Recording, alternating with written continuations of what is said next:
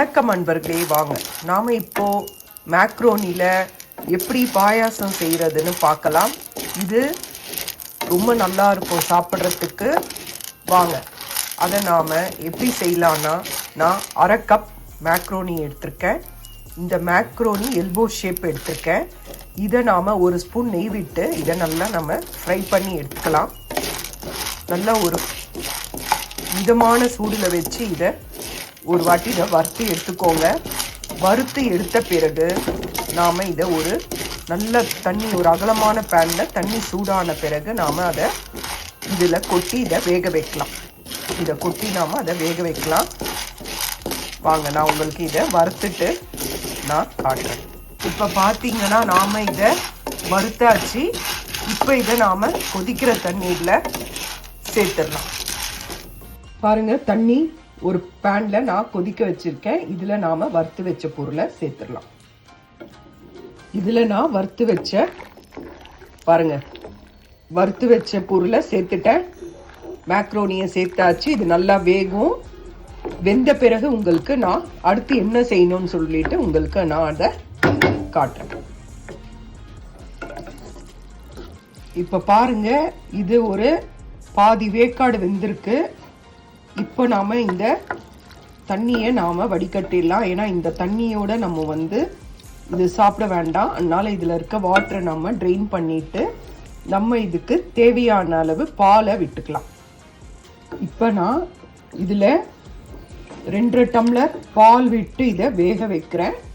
நம்ம முதல்லையே நம்ம பாலில் வேக வைக்கலாம். பட் ஆனால் இந்த மாதிரி பொருளை ஒரு வாட்டி சுடுதண்ணியில் போட்டு அதை வடிகட்டிட்ட பிறகு நம்ம வேக வச்சு சாப்பிட்டா உடம்புக்கு நல்லது. அதனால் இப்போ நாம் இதை பாலில் வேக வைக்கலாம். வாங்க, இது வெந்த பிறகு உங்களுக்கு நான் என்ன பண்ணணுன்ட்டு காட்டுறேன். பாருங்கள், இது வெந்துன்ருக்கு. இந்த வேகிற ஸ்டேஜில் நம்ம ட்ரை டேட்ஸ் அதையும் இந்த மாதிரி இதோடையே சின்ன சின்னதாக நறுக்கி இதில் போட்டு வேக வைக்கலாம். இதோட கலந்து வேக வச்சா ரொம்ப நல்லா இருக்கும். அதே மாதிரி குங்குமப்பூ இருந்ததுன்னா கொஞ்சம் நீங்கள் ஒரு வெதுவெதுப்பான பாலில் கொஞ்சம் போட்டு அதை கொஞ்சம் ஊற வச்சுக்கோங்க. இப்போது மேக்ரோனி பாயாசத்துக்கு முந்திரி பருப்பு எடுத்துக்கோங்க, பாதாம் பருப்பு எடுத்துக்கோங்க, காஞ்ச திராட்சை எடுத்துக்கோங்க, பிஸ்தா எடுத்துக்கோங்க. உங்ககிட்ட இந்த வெள்ளரி விதை சாரப்பருப்பு இருந்தால் அதையும் எடுத்துக்கோங்க. எங்களுக்கு இங்கே கிடைக்காது, அதனால் என்கிட்ட இருக்கிறத போட்டிருக்கேன். அப்புறம் ஒரு 3 லவங்கம் எடுத்துக்கோங்க. இதை நாம் நெய்யில் வறுத்து எடுத்துக்கலாம். இப்போ இங்கே இது பாருங்கள், நல்லா வெந்து வருது. நல்லா வெந்துடுச்சு. நல்லா வெந்துச்சு பாருங்கள். பாதியாக நறுக்க முடியுது.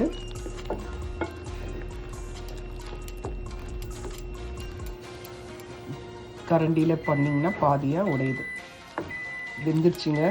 இப்போது இந்த ஸ்டேஜில் வாங்க நாம் வறுத்து வைக்கிற அந்த பொருளெல்லாம் இதில் சர்க்கரையை ஆட் பண்ணலாம். அதுக்கப்புறமா வறுத்து வச்ச பொருளை ஆட் பண்ணலாம்.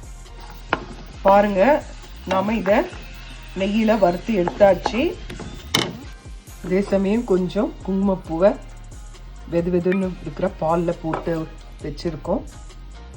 இப்போ நாம் இதில் உங்கள் தேவையான அளவுக்கு சர்க்கரை சேர்த்துக்கோங்க. நான் அரை கப் அளவு சர்க்கரை சேர்க்க போகிறேன். நீங்கள் உங்களுக்கு எவ்வளோ சர்க்கரை வேணுமோ அதை இதில் சேர்த்துக்கோங்க. இப்போ நாம் வறுத்து வச்சிருக்கிற நட்ஸை போட்டாச்சு. ஊற வச்சிருக்க குங்குமப்பூவை பாலை இதில் கலந்தாச்சு. இப்போது தேவையான அளவு ஏலக்காய் பொடி போட்டுக்கோங்க. அரை கப் அளவு சர்க்கரை நான் சேர்த்துருக்கேன். எல்லாத்தையும் போட்டு நல்லா மிக்ஸ் பண்ணிக்கோங்க.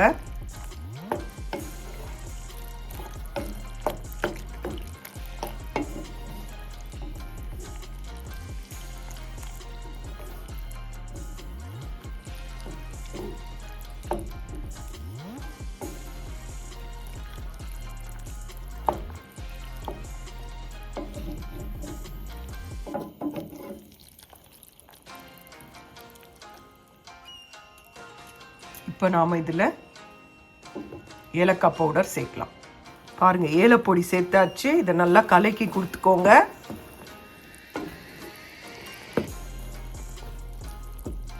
இது நீங்க கிண்ணத்துல போட்டு சாப்பிட்ற மாதிரி தான் இருக்கும், கிளாஸ்ல குடிக்கிற மாதிரி இருக்காது இந்த மேக்ரோனி ஸ்வீட்டு. அதனால இதை நீங்க கிண்ணத்துல சாப்பிட்ற மாதிரி தான் இருக்கும். அதனால இது இன்னும் கொஞ்சம் தண்ணி சுண்டட்டும். வாங்க பார்க்கலாம்.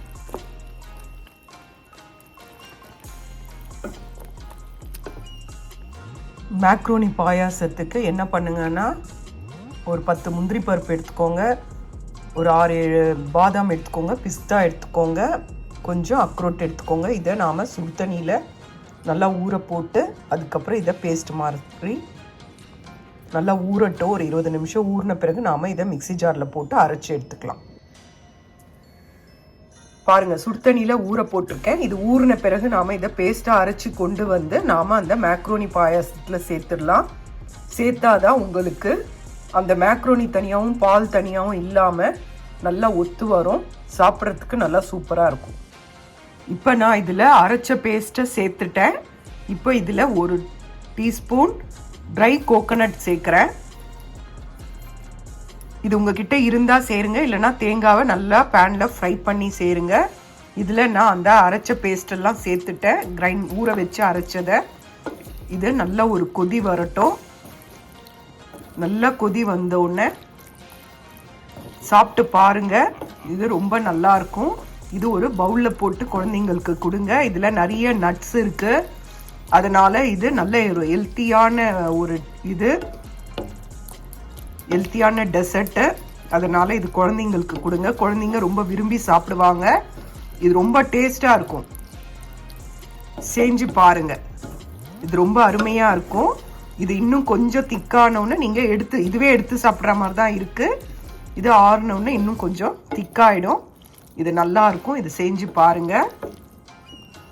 இதில் நிறைய நட்ஸு மில்கெல்லாம் இருக்கிறனால இது ரொம்ப நிறைய ப்ரோட்டீன், கால்சியம் எல்லாமே இருக்குது. குழந்தைங்களுக்கு கொடுங்க, இது ரொம்ப நல்லது. எல்லாரும் செஞ்சு பாருங்கள். இதுதான் மேக்ரோனி டெசர்ட் ஸ்வீட்.